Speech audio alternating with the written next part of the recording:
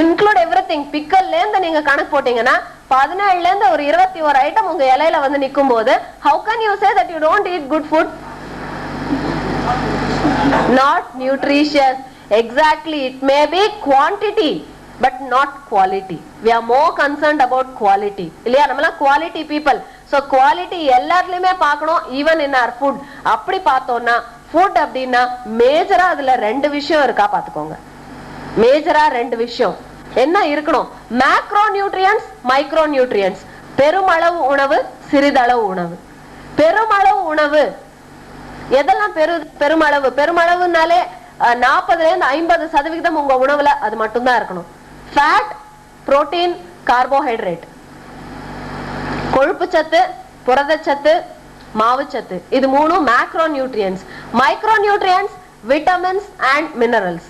Vitamins, minerals இது 2 micro nutrients. சிறிதளவு உணவு இது மில்லிகிராம்ல மைக்ரோகிராம்ல இருந்தால் போதும். மேக்ரோ நியூட்ரியன் மாதிரி உங்களை கிராமாவோ இல்ல கிலோகிராமாவோ யாருமே கேட்கல.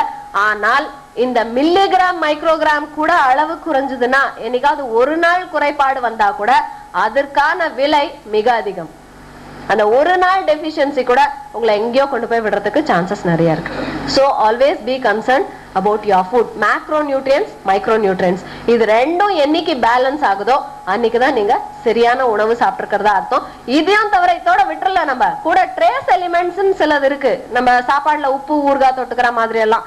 பட் அதெல்லாம் வந்து ப்ரிஃபரன்ஸ்க்கு ஏத்த மாதிரி தேவைன்னா யூஸ் பண்ணிக்கலாம், வேண்டாம்னா விட்டுறலாம். And at the same time ரொம்ப பெரிய டிராஸ்டிக் சேஞ்சஸ்லாம் உங்க பாடியில ஒன்றும் பண்ணாது. But there are certain things called trace elements, அதையும் ஞாபகம் வச்சுக்கலாம். But this macro and micro does wonderful things in your body. இது கம்ப்ளீட் ஆகல அப்படின்னா, ஆர் இது ப்ரொபோர்ஷனேட்டா உங்க பாடிக்கு நீங்க கொடுக்க தயாரா இல்ல அப்படின்னா டெஃபினட்டா பாடி பின்னாடி நமக்கு பிரச்சனையா வந்து முடிச்சிடும். Okay, we all worship our body இல்லையா, தெய்வமாட்டம் நம்ம மதிச்சிட்டு இருக்கோம். அந்த மாதிரி இருக்கும்போது அதுக்கு தேவையானதை நம்ம கரெக்டா கொடுத்துடணும். அண்ட் அதுதான் அந்த கார்போஹைட்ரேட், ஃபேட் அண்ட் புரோட்டீன். இப்போ இந்த fat, protein, carbohydrate are macro micro நியூட்ரியன்ஸ்ல எதுக்கெல்லாம் சப்ளிமெண்ட் வேணும்னு நினைக்கிறீங்க? Do you need to supplement everything? எல்லாமே சப்ளிமெண்ட் வேணுமா, இல்ல அட்லீஸ்ட் சிலதெல்லாம் நீங்களாவே எடுத்துக்கிறீங்களா உங்க பாடிக்கு ஏத்த மாதிரி? Yes, certain things we take. So அப்படி அனலைஸ் பண்ணி பார்த்தோம்னா ஃபேட், கொழுப்பு சத்துக்கு உங்களுக்கு சப்ளிமெண்ட் வேணுமா? ஒரு அனாலிசிஸ் என்ன சொல்லுது அப்படின்னா, டெய்லி காலையில நம்ம பிரேக்ஃபாஸ்ட் மூலமாவே ஆல்மோஸ்ட், உங்களுக்கு தெரியுமா இந்த விஷயம் தெரியல, டெய்லி பிரேக்ஃபாஸ்ட் மூலமாவே ஆல்மோஸ்ட் ஒரு வருஷத்துக்கு 7.5 grams ஆஃப் ஃபேட் நம்ம எடுத்துட்டு இருக்கோம் வெறும் பிரேக்ஃபாஸ்ட் மூலமா. ஏதோ கடவுளுடைய படைப்பு நம்ம ஃபேட் எல்லாம் கரையிற மாதிரி ஒரு படைப்பு இருக்கு. அப்படி ஒரு படைப்பு இல்லன்னு வச்சுக்கோங்க, 20 வருஷம் தாண்டியாச்சுன்னா நம்ம ஆளுக்கு ஒரு பீப்பா. 40னா 2, 60னா 3 ட்ரம், அவ்வளவு ஆயில் நம்ம பாடியிலேயே இருக்கு.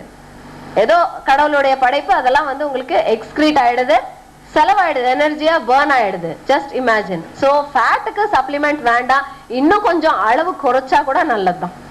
அண்ட் கார்போஹைட்ரேட், மாவுச்சத்து, இதுக்கு சப்ளிமெண்ட் வேணுமா?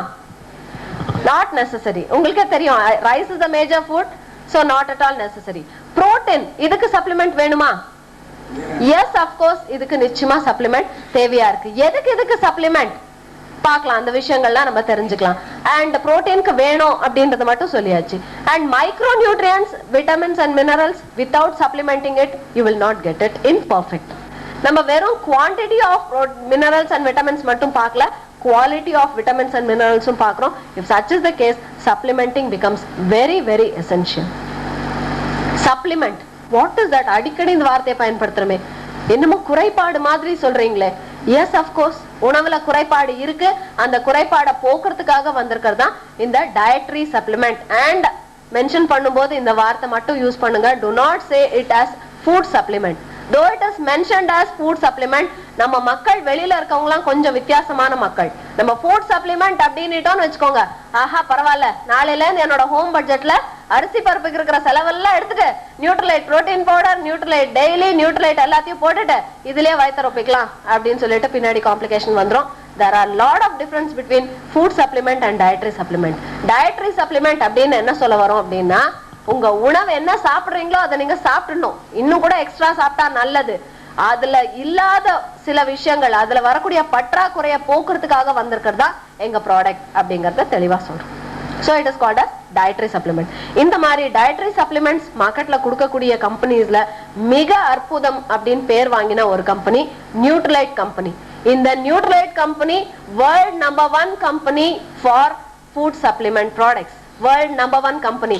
இதுக்கு ஒரு பெரிய பாராட்டு கொடுக்கலாம் நம்ம. செகண்ட் இம்பார்ட்டன்ட் திங், நம்மள பாராட்டிக்கணும். இந்த விஷயம் தெரிஞ்சு நம்ம அதுக்கு டிஸ்ட்ரிபியூட்டரா இருக்கும் பாருங்க, அதுக்கு ஒரு பெரிய பாராட்டு கொடுக்கணும் இல்லைங்களா? அண்ட் மூணாவது ஆம்வேக்கு பாராட்டு தெரிவிக்கணும். ஏன்னா இது நமக்கு தெரியாது அது ஃபுட் சப்ளிமெண்டா என்னன்னு சொல்லிட்டு. ஆம்வே அந்த கம்பெனிய ஒரு டைப்பா வச்சுட்டு அந்த கம்பெனி மூலமா நம்மள ஆம்வேல தான் நம்ம டிஸ்ட்ரிபியூட்டர் ஆனோம், பட் நம்மளையும் நியூட்ரலைட்காகவும் டிஸ்ட்ரிபியூட்டர் ஆக்கி இருக்கு பாருங்க. So Amway is such a good company and being into that is a very good feeling. It's a feeling, it's a life.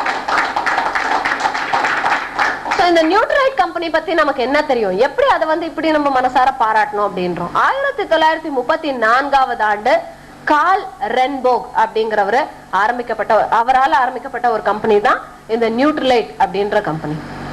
இந்த கம்பெனியோட டர்ன் ஓவர் $1.1 பில்லியன் டர்ன் ஓவரா இருந்தது லாஸ்ட் இயர். இப்போ $1.6 பில்லியன் டர்ன் ஓவர் பண்ணிருக்கோம். நம்ம 6 இடங்கள்ல இந்த பொருட்களை மேனுஃபேக்சர் பண்றதுக்கான ஃபெசிலிட்டிஸ் இருக்கு. 6 மேனுஃபேக்சரிங் ஃபெசிலிட்டிஸ். 8000 ஏக்கர்ல சொந்தமான நிலப்பரப்பு வச்சிருக்கோம்.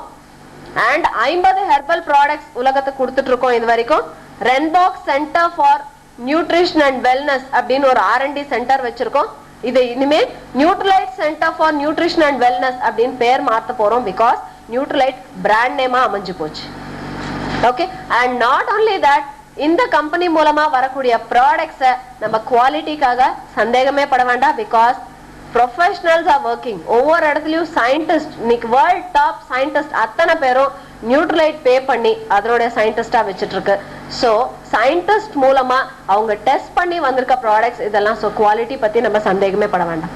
அந்த அளவுக்கு குவாலிட்டின்னு இதுல என்ன குவாலிட்டி இருக்கு, எப்படி குவாலிட்டி இருக்கு அப்படின்னு பார்த்தோம்னா 4 முக்கியமான விஷயங்கள்ல நம்ம குவாலிட்டி பாக்குறோம். Number 1 is we use only quality ingredients. Use பண்ற இன்கிரீடியன்ட்ஸ் எல்லாம் கூட வெறும் குவாலிட்டியா தான் நம்ம பாக்குறோம். மத்த கம்பெனி மாதிரி பேக் பண்ணும்போது மட்டும் குவாலிட்டி பாக்குறது கிடையாது. So right from ground up quality பாக்குறோம். நம்ம இன்கிரீடியன்ட்ஸ்ல குவாலிட்டி அப்படின்னும் போது யுனைடெட் ஸ்டேட்ஸ் ஃபார்மகோபியா அப்படிங்கிற இடத்துல A கிரேட் சர்டிபிகேட் வாங்கின சீட்ஸை மட்டுமே நம்ம பயன்படுத்துறோம். சொன்ன இல்லையா, லேண்ட்ஸ் இருக்கு அப்படின்னு சொல்லிட்டு அந்த லேண்ட்ல யூஸ் பண்ற சீட்ஸ் எல்லாம் US ஃபார்மகோபியா அப்படிங்கிற இடத்துல A கிரேட் சர்டிபிகேட் வாங்கின சீட்ஸை மட்டுமே நம்ம பயன்படுத்துறோம். வேற எந்த சீட்ஸும் நம்ம போடுறது இல்ல. Second thing, quality from ground up. கிரவுண்ட்ல இருந்து குவாலிட்டி. அந்த சீட்ஸை போட்டுட்டு அதோட நம்ம விடுறது இல்ல. லேண்ட ப்ராசஸ் பண்ணும்போது பாத்தீங்கன்னா ஆர்கானிக்னா பியூர் ஆர்கானிக். இதை தவிர ஆர்கானிக் எங்கேயும் இருக்க முடியாது. அந்த அளவுக்கு ஆர்கானிக். எப்படி எகிப்து நாட்டுல இருந்து மண்புழுக்கள் கொண்டு வந்து அந்த மண்புழுக்களை லேண்ட்ல விடுறது. அந்த லேண்ட்ல மண்புழுக்கள் போயிட்டு என்ன பண்ணும், கொரோட் பண்ணி மினிமம் 10 ஃபீட் போகும். 10 ஃபீட் போற வரைக்கும் பொறுமையா இருந்தா அதுக்கு எவ்வளவு நாட்கள் ஆகுமா தெரியுமா? 3-3.5 வருஷம் ஆகும். அது வரைக்கும் அந்த லேண்ட ஒண்ணுமே பண்ணாம பேசாம விட்டுட்டு அதுக்கப்புறம் அந்த லேண்ட ப்ராசஸ் பண்ணும்போது ஃபுல்லி ரிச் இன் மினரல்ஸ். அதுல ஏதாவது ஒரு விதை போட்டு வந்ததுன்னா ஹைலி மினரல். அந்த அளவுக்கு நம்ம பண்றோம். அண்ட் மிச்சம் இருக்கிற நாட்கள்ல கேட்டில் எல்லாம் போய் கிரேஸ் பண்ண விட்டுருவோம். அந்த கேட்டில் எல்லாம் அந்த புல்லெல்லாம் சாப்பிட்டுட்டு அதோட எக்ஸ்ட்ராக்ட்ஸ் அங்கேயே போடும்போது அது வேற ரிச் இன் மினரல். இப்படி நம்ம பண்ணிட்டு இருக்கோம். மூணாவதா ரொம்ப இம்பார்ட்டன்ட், எல்லாத்துலயும் கான்சியஸ், தண்ணி. அந்த செடிகளுக்கெல்லாம் பாய்ச்சக்கூடிய தண்ணி கிரவுண்ட் வாட்டர் மட்டும்தான். கவர்மெண்ட்ல இருந்து தண்ணி கேட்டோம்னா கிடைக்கும், நிறைய தண்ணி இருக்கு. பட் அவங்க வந்து பியூரிபிகேஷனுக்காக குளோரின் ஆட் பண்ணிருக்கலாம். ஏன்னா குடிக்கிற தண்ணி அப்படி ஆட் பண்ணிருந்தா அந்த குளோரின் செடியில வந்து செடி மூலமா நம்ம பாடியில வந்து அஃபெக்ட் பண்ணக்கூடாதுன்றதுக்காக கிரவுண்ட்ல இருந்தே வாட்டர் யூஸ் பண்றோம்.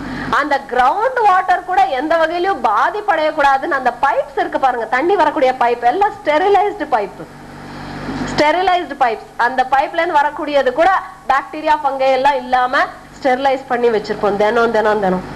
அண்ட் 4வது முக்கியமான விஷயம் பெஸ்டிசைட்ஸ் அண்ட் இன்செக்டிசைட்ஸ். இத ஓவர் கம் பண்றது எப்படி? ஏன்னா இதனுடைய தாக்கம் வந்தாச்சுன்னா எப்பேற்பட்ட மூலிகையா இருந்தாலும் அதனுடைய தன்மை குறையதான் செய்யும்.